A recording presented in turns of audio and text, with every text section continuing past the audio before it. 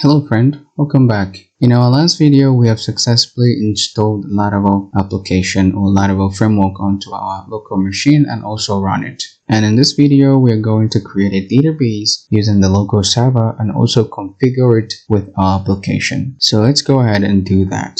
To create a database, you need to make sure that you start both the Apache and MySQL. And after making sure that both the Apache and MySQL are started, then you're going to come over here to your browser and type in localhost php myadmin, and then after php myadmin dashboard opens, you're going to come over here to databases, and then here you create your database. You specify your database name. Let me go ahead and give it a name, student result management system, and then click on create. And now you're going to see that our database is being created here, student result management system. And then after the database is being created, we're going to go ahead and configure the database with our application. So let's go back to our project source code. Let me close this.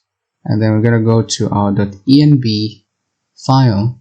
And then here, you're going to see the database configuration settings. By default, Laravel 11 uses SQLite. So we're going to go ahead and change it to MySQL. So the first thing I'm going to do, I'm going to go ahead and uncomment this environment variables. So I'm going to go ahead and change this from SQLite to MySQL. And then the database name is going to be exactly the same as the database name that we've just created, which is SRMS, Student Result Management System. So I'm going to go ahead and specify the name, Student Result Management System, and let's go ahead and save this file. Save. So friend, this is actually how to create a database and then configure it to your Laravel application.